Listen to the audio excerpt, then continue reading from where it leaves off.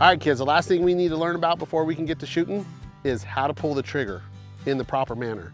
You can't just stick your finger in this trigger guard and pull that trigger as fast as you can and hard as you can. That's not the way you do it. The first thing is where you put your finger on the trigger. You don't want to barely put your trigger finger in there like this. And when you pull the trigger, if it's barely in like that, what happens is you actually push the gun away from your intended target.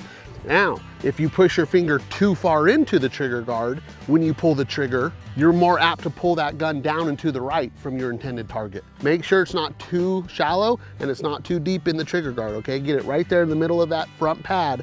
The next thing that I think is probably one of the most important, if not the most important, is how you actually pull that trigger.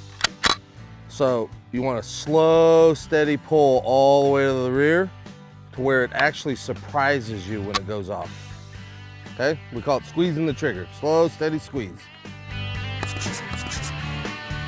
And we're gonna dry fire, and we're gonna do it wrong this time so you feel what it is to do it wrong, okay? And remember how I told you to go all the way in past like that? Now pull the trigger.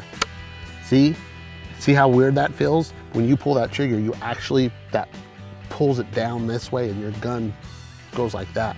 So you'll be off target. We're gonna do it the wrong way as well, but we're not gonna go all the way in. We're just gonna go barely into the trigger and try to pull it that way. See how much more work it takes for your finger? Yeah.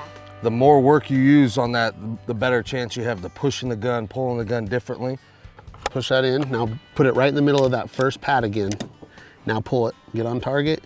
Just go real slow and easy. Squeeze, squeeze, squeeze, squeeze, squeeze, squeeze, squeeze, squeeze, squeeze, squeeze, squeeze, boom. We're gonna do it right.